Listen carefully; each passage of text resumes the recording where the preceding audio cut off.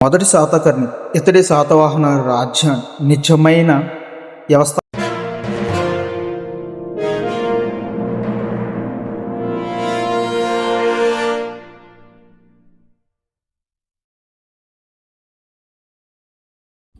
Hi friends, ఈరోజు మనం చక్రవర్తి అయిన శ్రీముఖుడు గురించి తెలుసుకుందాం. ఇతడే శాతవాహనుల రాజ్య స్థాపకుడు.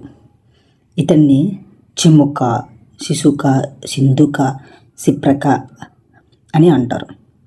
ఇతడి నాణెములు కోటిలింగాల, మునికల, గొట్టలు లభ్యమయ్యాయి. నాణెముల పేర్లు శబక, రాణగోస్వామి, రణగోభద్ర. ఇతడు తన తండ్రి అయిన శాతవాహనుడు పేరు మీదుగా ఈ వంశాన్ని స్థాపించాడు.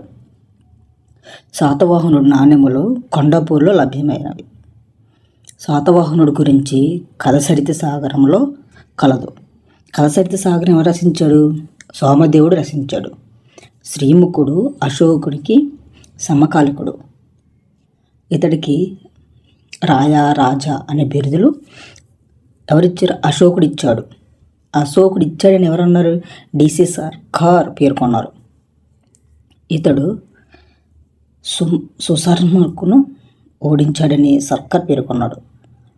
రాటికల రాజు అయిన మహారథి త్రయకరణును ఓడించి అతడి కుమార్తె అయిన దేవినాగనికను తమ కుమారుడైన శాతకర్ణికిచ్చి పెళ్లి చేయించాడు. ఇతడు జైన మతం నుంచి వైదిక మతంలోకి మారాను. ఇతడు మత్స్యపురాణం ప్రకారం 23 సంవత్సరాలుగా పాలించాడు. నానాఘట్ శాసనంలో ఇతడికి సిరిముఖ శాసన, సిరిమి అని పేర్లున్నాయి.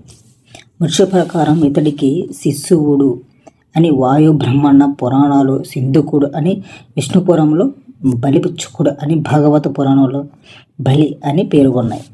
ఇతడు ధరించిన సీరుమతో అనే బిరుదును బట్టి శ్రీమంతుడని తెలుస్తున్నది.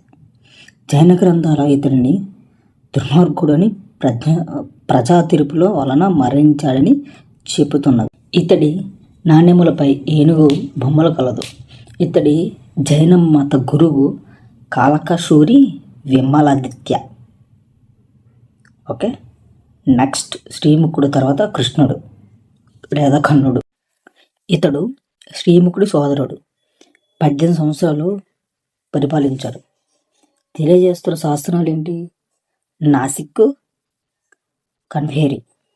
ఇతడు నిర్మించిన గుహాలయాలు ఏంటి? నాసిక్, కన్వేరి, కార్లే.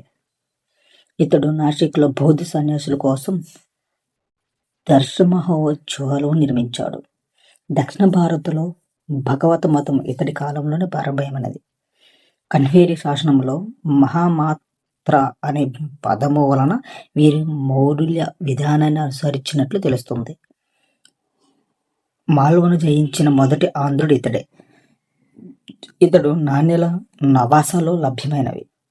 ఇతడి బిరుదు మహామథరుడు, ఆదికవి.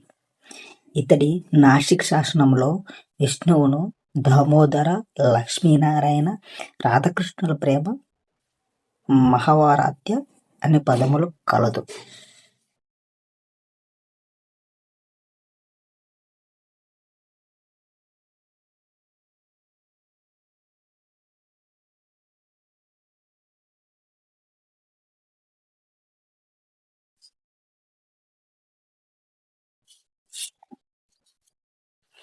నెక్స్ట్ మొదటి శాతకర్ణి.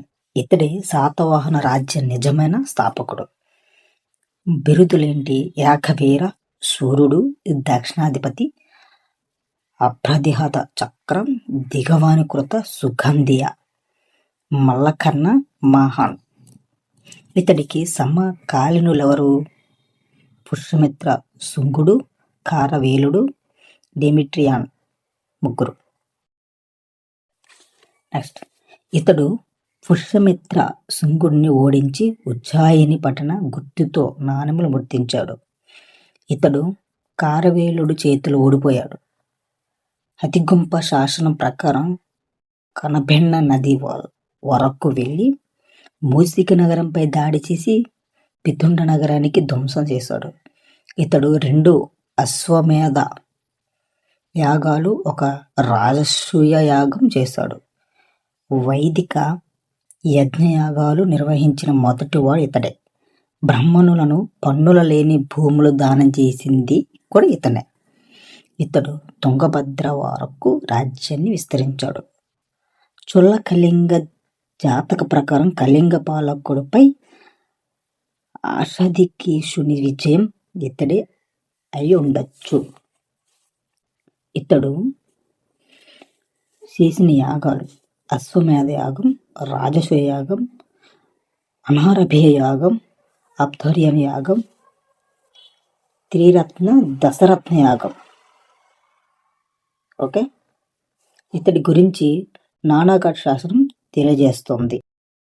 నెక్స్ట్, నానాఘట్ శాసనం వేసినది దేవినాగనిక సాతకర్ణి భార్య.